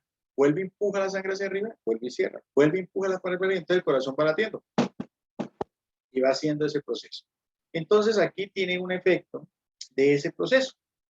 ¿Qué pasa cuando se pierde la elasticidad del colágeno y se pierde todo el proceso en estas venas? Pues pasa algo interesante y es que hay un reflujo, ¿sí? Y ese reflujo pues genera lo que llaman la famosa vena avanza, ¿sí? Entonces es importante saber ese estado. Entonces vamos a seguir leyendo acá. El 40% de la población lo sufre por su régimen de vida, trabajo de pie o sentado y horas de ocio estando sentados. En países como Japón, donde ocupa sus horas de descanso caminando, realizando actividad física, no es tan frecuente. Afecta más la población femenina, quizás por su implicación hormonal. Estamos hablando de los problemas del sistema venoso como tal. Bueno, ahora, existen 3 formas clínicas de esta patología que es susceptible de ser tratadas con fitoterapia. ¿Sí? Una de ellas, piernas cansadas. Esas personas, o si usted siente que las piernas están cansadas, normalmente es el comienzo de una insuficiencia venosa de miembros inferiores. O sea, que si usted llegue a trabajar, el señor regente o el señor farmacéutico está todo el día aquí en la farmacia, y cuando llegue a su casa usted dice, uff, siento las piernas cansadas, como el músculo comprimido, como una presión ahí muscular detrás de los gemelos, y ahí está, lógicamente, estamos hablando de que ya está comenzando con una pequeña insuficiencia venosa en miembros superiores. ¿Sí? Y para eso, entonces, aquí dice, una vena varicosa, la sangre retrocede a causa de las válvulas que no cierran, aquí está interesante el reflujo, y una vena normal, la sangre no retrocede, pues las válvulas cierran bien. ¿Sí? Entonces, eso es lo que usted ve en ciertos pacientes con ese proceso. Ahora, aquí tenemos un efecto de la varice, ¿sí? Señaladito como tal. Y aparecen entonces las varices, que son dilataciones permanentes y regulares de las venas acompañadas o no de alargamiento del vaso y alteraciones de su pared. Las más frecuentes son las de miembros inferiores.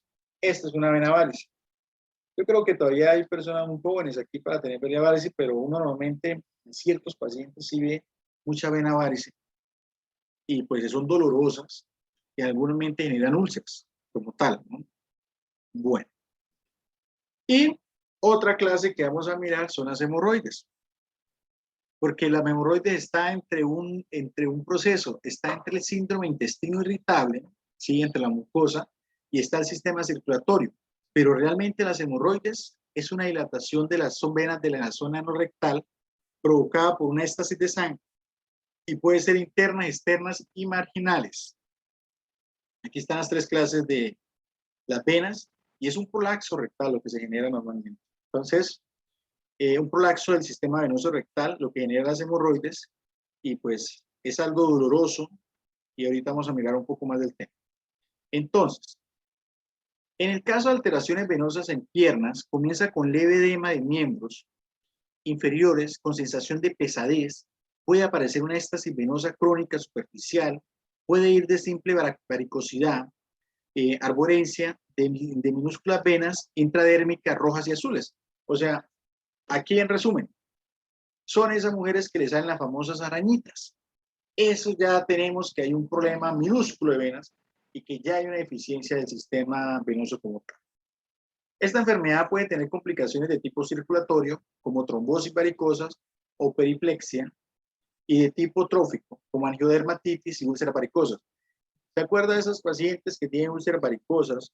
No sé si alguno ha visto pacientes con úlceras varicosas, que la pierna, o normalmente cuando hay problemas de vena, que la pierna se le pone negra y que les produce picor y se le pone roja, y la piel ya es totalmente seca. Eso se llama una angiodermatitis, ¿sí?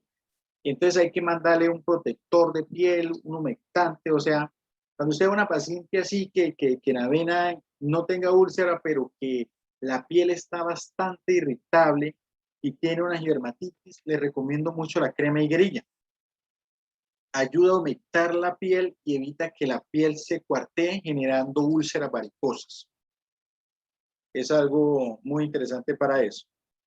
Si la dilatación en las hemorroides, si la dilatación en el ano, hemorroides, la complicación son algo distintas. Aquí puede producir rupturas cuando hay hemorragia local, prolaxo del paquete varicoso, o sea, se cae, trombosis y pólipo hemorroidal. O sea, aparecen las famosas hemorroides externas que parecen un pólipo y que tienen que extraer.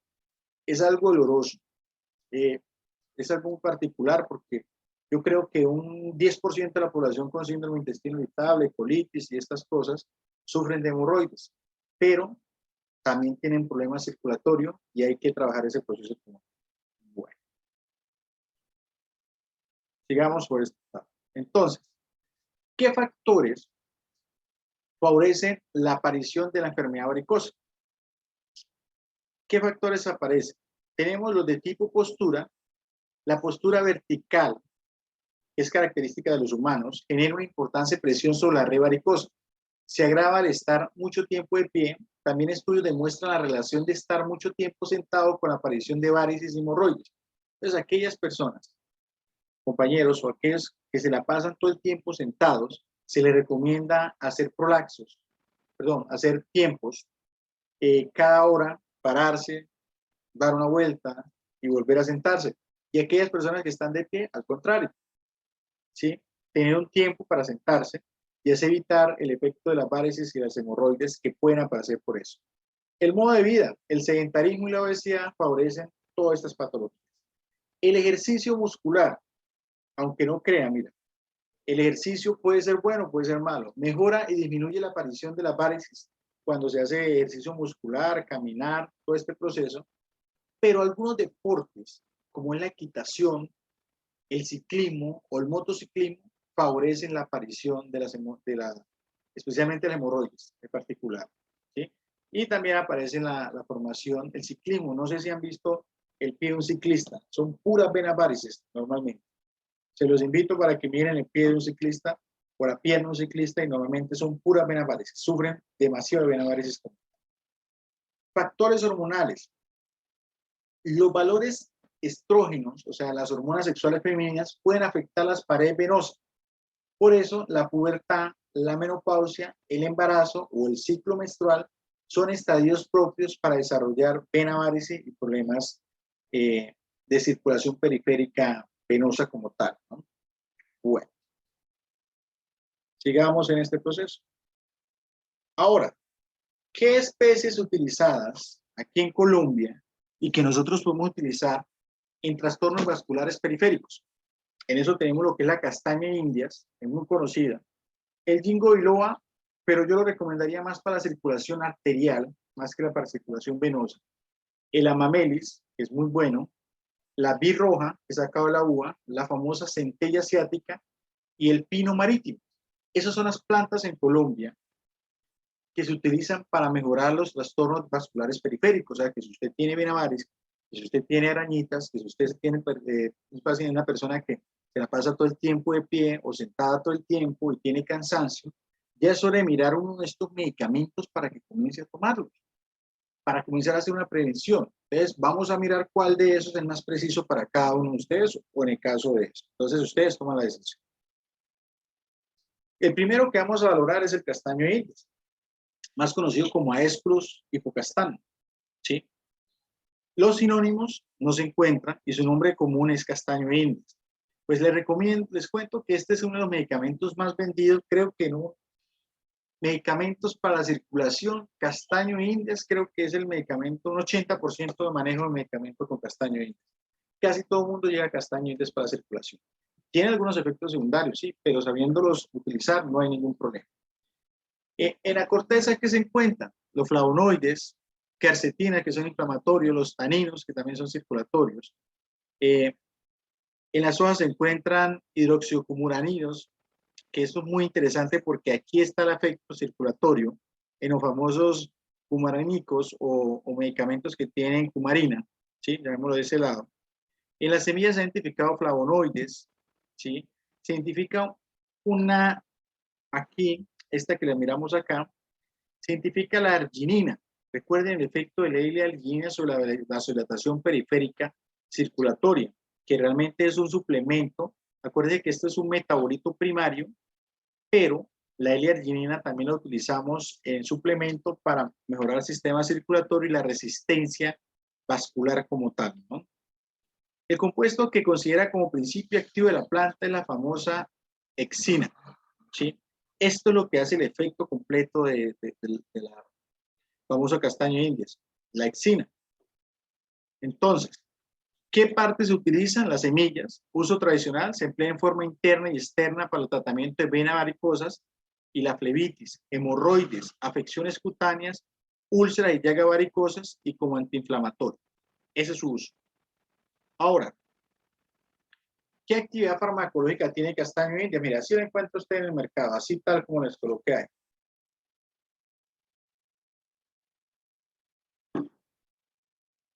Algunos estudios clínicos con pacientes con insuficiencia venosa crónica, grado 1 a 3, mostraron una actividad favorable del extracto de la semilla de la planta. La exina en ratones permitió comprobar actividad antiinflamatoria del compuesto cancerígeno del colon humano, mostrando que la betaxina causa apotoxis celular de la forma de endosis dependiente. Estudios realizados con ratas permitieron demostrar que la exina tiene un efecto protector del endotelio y un efecto contráctil directo, o sea, endotelio cardiovascular, lo cual puede contribuir al tratamiento de la insuficiencia venosa. Entonces, aquí tenemos el castaño de India, normalmente es de 300 miligramos y se toma una cápsula cada 8 horas. Ahora, eso tiene algunas indicaciones, se usa de uso interno. La crema de castaño de India también es muy chévere para aquellas personas que tienen problemas de cansancio físico, muscular. Siempre que se va a utilizar una crema, uno siempre, que especialmente para circulación o para en las piernas, siempre se utiliza hacia arriba, ¿no?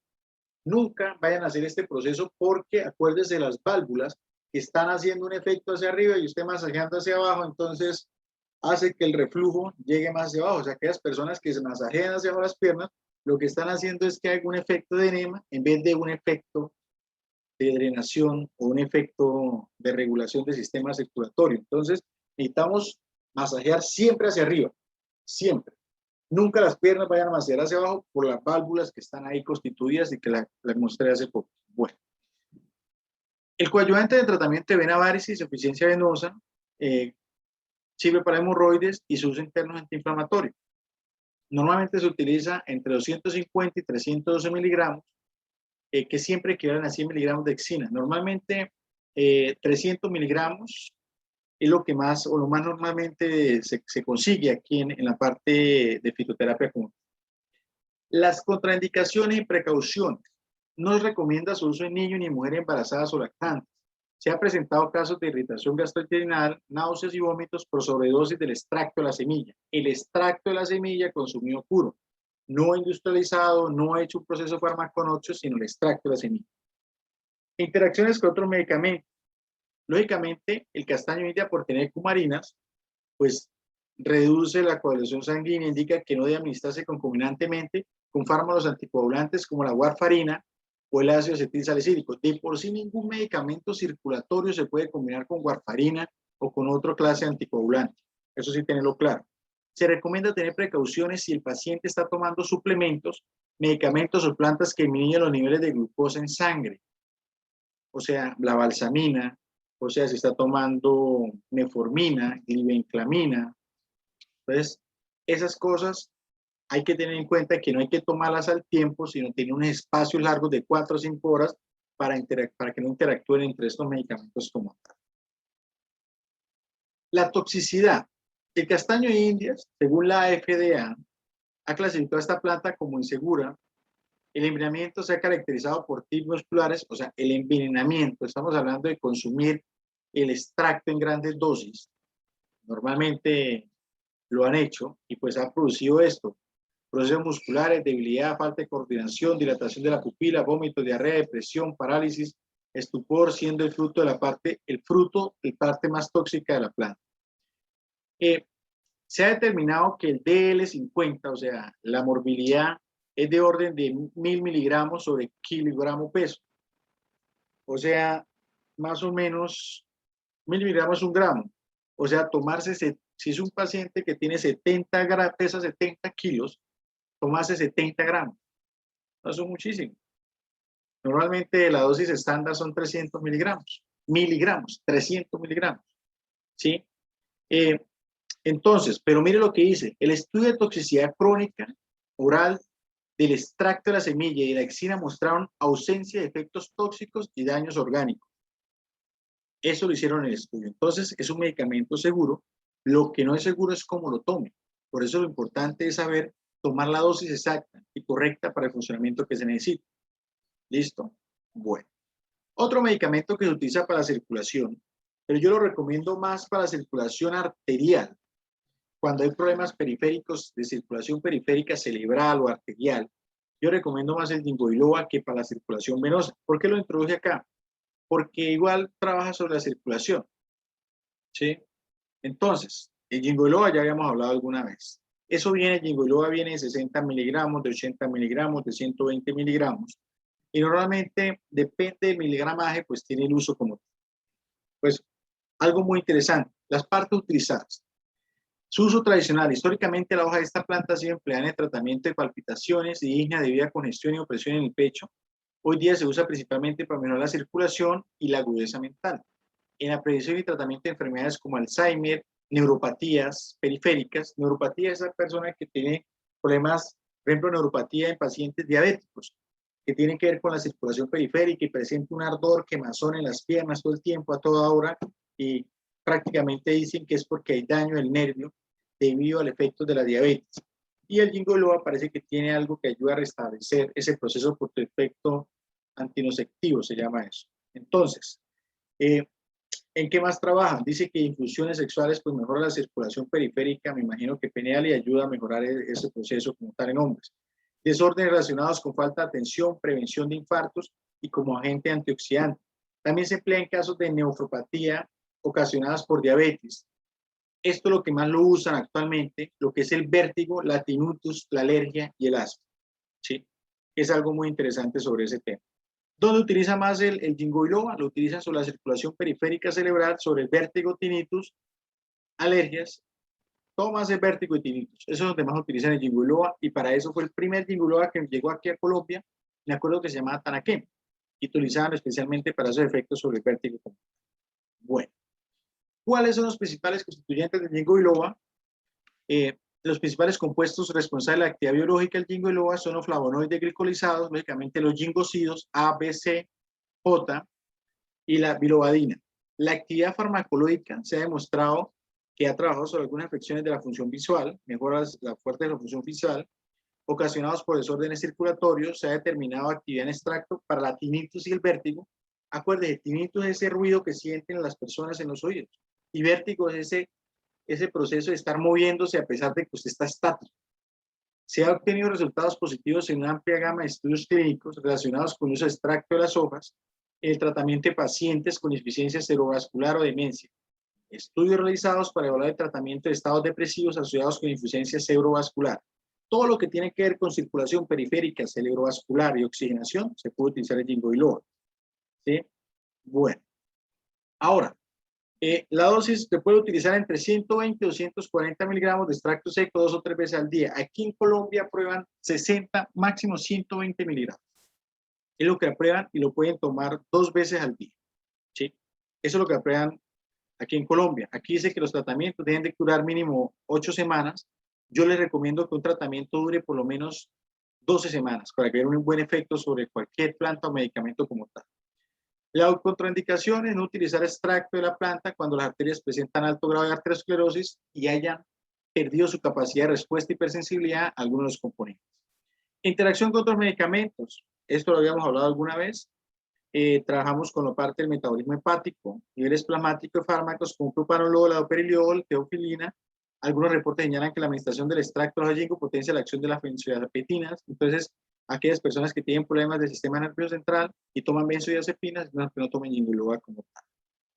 La toxicidad es declarada que el efecto mórbido del ginkgo biloba está sobre 1200 y 2100 miligramos, o sea, 2 gramos más o menos por kilo peso. O sea que si un paciente pesa 70 kilogramos, entonces 2 gramos serían 140 gramos.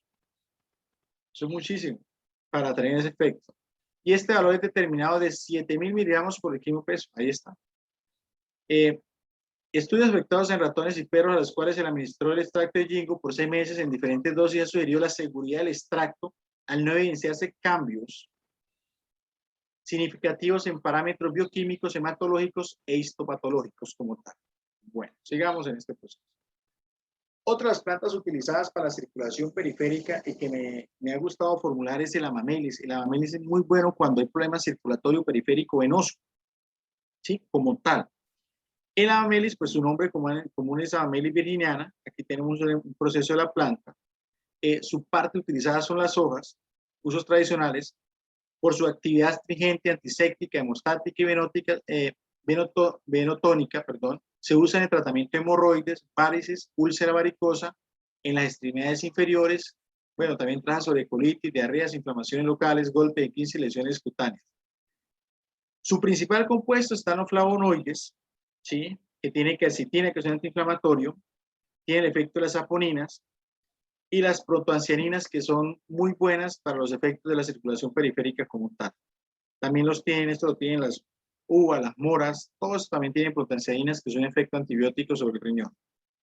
Bueno, su actividad farmacológica se han evaluado en pacientes con síntomas de hemorroidales agudos por vía tópica, observando una significativa mejoría, pacientes con eczema degenerativo tóxico, tratados con un ungüento amamelis mostrado mejoría en los síntomas, un ungüento con amamelis ocasionó mejoría en los síntomas de paciente con neurodermatitis atópica. En estudios en ratas se mostró actividad en la fase crónica de inflamación por parte de preparados de amamelis. Estudios realizados en conejos mostraron actividad venotónica de extractos hidroalcohólicos. Aquí dice que su uso externo sirve para aplicar directamente sobre la parte de las hemorroides o problemas directamente. Su posología acá en Colombia es tópico, aunque vienen jarabes ya de amamelis. Lo trabajan a la D3 en la parte homeopática y funciona muy bien. Dice que porque tiene pequeñas cantidades de safrol y el contenido de taninos puede producir molestias digestivas, pero cuando son jarabes, yo he mandado jarabes, aquí en Colombia existen algunas gamas de jarabes ya un poco más homeopáticos, se le quita ese efecto del safrol y prácticamente funciona muy bien sobre la circulación y la periferia como tal. Bueno, Otros compuestos muy interesantes es esto que lo hizo lo hizo famoso una señora aquí en Colombia, que dicen diva, algo así, la diva. Ella decía que el resveratrol era que le mantenía su belleza de 60 años, pero realmente sí se utiliza para parte de la piel y todas estas cosas, pero sus efectos están más sobre el sistema circulatorio, lo que es la birroja, más que otro proceso como tal, ¿sí? El resveratrol es la molécula que sacan de la uva, ¿sí? Sacada especialmente de la semilla y las hojas, ¿sí? Sus usos tradicionales, las hojas son empleadas para disminuir la agresión plaquetaria y como tónico, vasoprotector, astringentes y diurético. Se usan en síntomas asociados de insuficiencia venosa, hemorroides y fragilidad capilar, ¿sí? Principales constituyentes, las hojas contienen frutócido, ¿sí? Aquí me interesa esto, el resveratrol, que es el que funciona directamente sobre ese proceso. Y los frutos contienen flavonoides, protancianinas, ¿sí? Pero lo más importante acá y lo que hace el efecto de la ABI es el resveratrol, que esta molécula es la que hace todo este proceso en la parte circulatoria como tal venosa. Actividad farmacológica. Los extractos estandarizados de la ABI mostró reversión de la infusión endotelial en ratas diabéticas por estudios realizados por proantocianinas en pacientes con síntomas de insuficiencia venosa crónica mostraron eficacia y duración en alivio de los síntomas. El extracto metabólico acuoso y anatólico de las bayas, hojas y uvas pasas. Profe, no se le escucha. ¿No me escucha nada? ¿Ahora sí me escucha? Sí, sí se le escucha. Bueno, listo, perfecto. Entonces, sigamos. Sí, como no tengo audífonos, entonces de pronto sí se pierde un poquito el sonido. Entonces, el extracto antibacterial lo ha dejado en algunos procesos y ha mostrado actividad hepatoprotectora, o sea, función hepática a nivel en ratas. El uso interno se utiliza vasodilatador, síntomas asociados a la insuficiencia venosa y hemorroides. O sea, tomar resveratrol no sirve para el sistema circulatorio. Sí, esta señora decía que era muy bueno para la belleza, inclusive por eso, miren, lo importante es saber dar la información. Aquí estaban los estudios que es que el resveratrol ayudaba a rejuvenecer. Y los estudios nunca mostraron eso realmente. ¿Tiene efecto de las proantocianinas como efecto antioxidante? Sí. Trabajaba sobre la parte, algo que se llama radicales libres, pero que tuvieron efecto rejuvenecedor y que eso permite que esta señora que trabaja en un programa dijera que con eso ella se mantenía joven. Eso no fue cierto. Y hubo una demanda ante la SIC, creo, sobre el tema, del cual ganaron porque lo que decía realmente que servía era para el sistema circulatorio, es un vasodilatador y síntomas asociados de la insuficiencia venosa y para hemorroides. Ahí no dice más. Ella perdió la demanda y le tocó, bueno, a ella asumir su riesgo y su demanda como tal. Entonces, lo importante es utilizar las cosas para lo que son, ¿sí? Ahora, el modo de empleo son 50 gotas, una 3 veces al día o 4 veces al día. Y las contraindicaciones y precauciones, solamente embarazo y lactancia. No tiene ningún otro proceso común. Bueno. La famosa centella asiática. ¿Por qué es tan famosa? En Estados Unidos toman este medicamento bastante las mujeres para evitar algo que se llama la celulitis, porque trabaja sobre la microcirculación y es muy interesante y ayuda a regular mucho la celulitis, aparte de ser un buen venotónico y que trabaja sobre la circulación periférica. Aquí en Colombia, pues los estudios sobre la celulitis no han aparecido, pero sí sé que lo utilizan porque pacientes o personas que estudian allá o ven programas, lo consumen mucho para evitar esa parte de la celulitis como tal. Nombre común, gotucola, ¿sí? Hidrocelulitis asiática, las partes utilizadas son las partes aéreas, y se ha empleado en el tratamiento de heridas escleróticas, procesos inflamatorios y gastritis. La eclosión de las raíces jóvenes se administra para heridas infectadas. Sus principales constituyentes realmente contienen saponinas, de los que conocemos acá, fistosteroles, ¿sí? Y los mucílagos, que son muy conocidos, aminoácidos y los flavonoides, derivados de la quercetina, que son antiinflamatorios. Algunos alcaloides que también son inflamatorios, como la hidrocolitelina, ¿sí? Entonces, esos son los que más o menos trabajan sobre gutocola. Su actividad farmacológica. En estudios clínicos se administró extractos acuosos de la planta para determinar la actividad sobre la insuficiencia venosa y afecciones varicosas y se comprobó la mejoría notable de los síntomas. Especialmente esa pesadez, ¿se acuerda la pesadez? En extremidades inferiores e inflamación y edemas. En los pacientes que recibieron extracto de forma dosis dependiente en ensayos con cobayos se pudo observar una actividad cicatrizante del efecto acetococido y el extracto en el estudio con ratas en las que se les indujo úlcera gástrica, se evaluó la actividad del extracto acuoso de la planta y se comprobó una disminución significativa de la úlcera, de forma de dosis dependiente. En un estudio en ratones con el extracto metanólico, se comprobó la actividad inmoduladora en ratas, las que se le administró diferente extracto de la planta, se pudo observar un pronunciado efecto ansiolítico, o sea, hace que se relaje el cuerpo. Entonces, y aquí faltan los estudios que han hecho sobre esa parte estética, ¿no? La celulitis es muy interesante. Hay mujeres que tienen esa tendencia a producir celulitis y que hay mujeres que realmente, como todos, son genéticas. Este medicamento ayuda a fortalecer mucho la microcirculación, la macrocirculación y también ayuda a mejorar esos aspectos que se generan por ese proceso como tal. Bueno. Sus indicaciones: coadyuvante de tratamiento asintomático de varices de miembros inferiores y úlceras estomacales o anales. ¿Sí?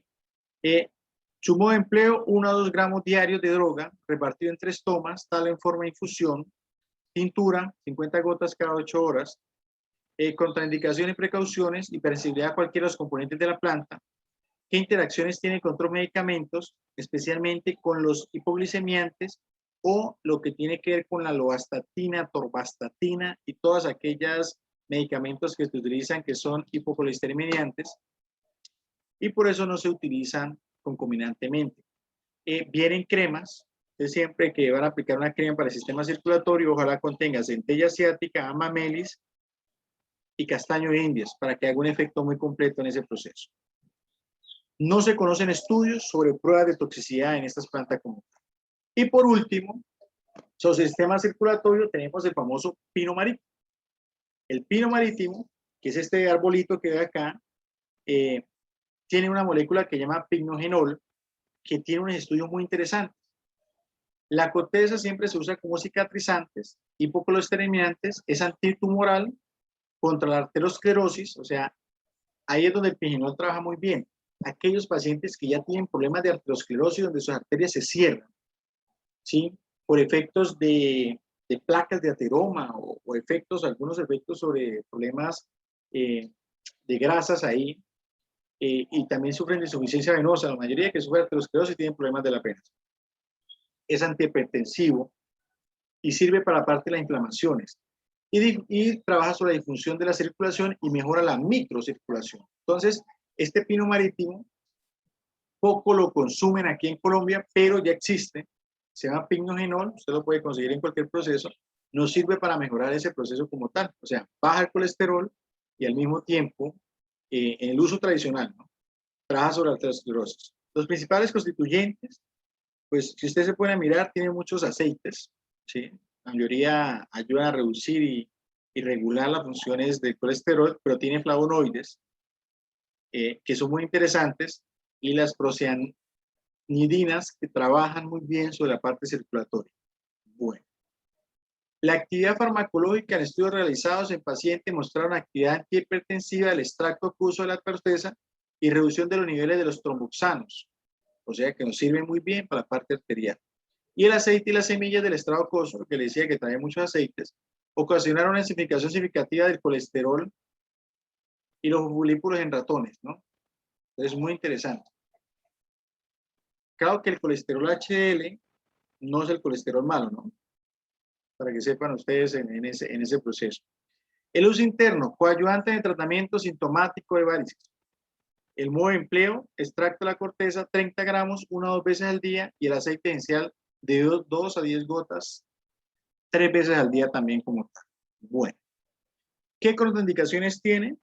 Embarazo y lactancia, hipersensibilidad a los componentes de la planta, el extracto de la corteza y la resina pueden causar dermatitis por contacto en personas sensibles. Interacciones con otros medicamentos, no, como tiene un medicamento que actúa sobre la parte arterial, no utilizar. Personas que sufren problemas que utilizan captopril, enalapril, losartán irbesartán, aumenta el riesgo de sangrado si se combina con drogas que incrementan el riesgo como la aspirina, la warfarina, heparina y clopidogrel. O sea, este medicamento pues compite prácticamente con los otros medicamentos, este fitomedicamento compite con los medicamentos sobre el sistema arterial y sobre la coagulación. Entonces hay que utilizarlo, pero hay que saber utilizar y especialmente que no tenga este uso concomitante con estos medicamentos.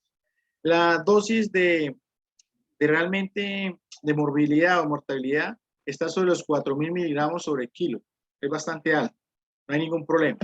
Y la fórmula farmacéutica se consume en cápsulas, tabletas y como el aceite esencial del pino marítimo como tal. Bueno, hasta acá, vea, logramos terminar.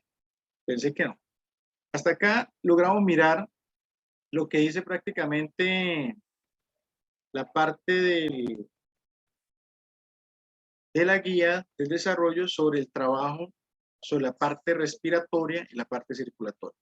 Como le digo, simplemente estamos dando un pequeño resumen y trato de hacerlo rápido para que tengan una idea de que sí existe medicamento fitoterapéutico sobre esos temas. Lógicamente, estas clases vamos a comenzar a trabajar sobre estos temas. Ahora, así como hay una exposición sobre el tema, pues también en la parte evaluativa se pregunta sobre estos temas. ¿Sí? Un ejemplo, ¿qué medicamento de estos cree usted que es circulatorio? Sencillo. Lógicamente son cosas que hemos visto acá y no hay ningún problema, ¿no? Son cosas que ustedes han visto y que, lógicamente, por ejemplo, ¿quién no recuerda un castaño indias para circulación venosa? Sencillo. ¿O quién no recuerda un totumo para el asma? ¿Sí? Entonces son cosas así sencillas, pero que le van a ayudar, yo sé que con el tiempo les van a ayudar a mejorar ese proceso, especialmente en la parte de la farmacia comercial. Y no crea, en muchas instituciones preguntan cuando hay combinación de medicamentos y esto es importante mirar ese proceso como tal. Bueno, compañeros, ¿tienen alguna pregunta hasta acá? Faltando 10 minutos, bueno, 7 minutos para las 8.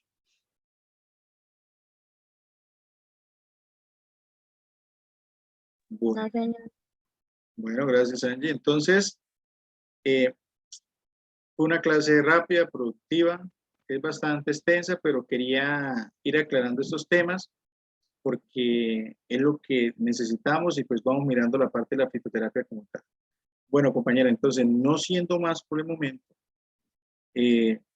entonces seguimos pendientes con lo del póster y vamos a seguir trabajando en esas otras clases. La próxima clase, pues vamos a mirar otros aparatos. Tenemos que terminar con la circulación, por ejemplo, qué fitoterapia se utiliza para tensión arterial y viene otra cosa para la circulación y seguimos otras, lo que podamos alcanzar en el manejo de fitoterapia para las diferentes patologías en estado leves y moderadas. Entonces, que pasen una feliz noche y bueno, nos vemos en la próxima clase, compañeros. Cualquier cosa por el WhatsApp me pueden comunicar. Gracias. Gracias, profe. Bueno, Gracias, Gracias, profe. profe. bueno, Gracias, profe. Gracias. Gracias, hasta luego. hasta luego.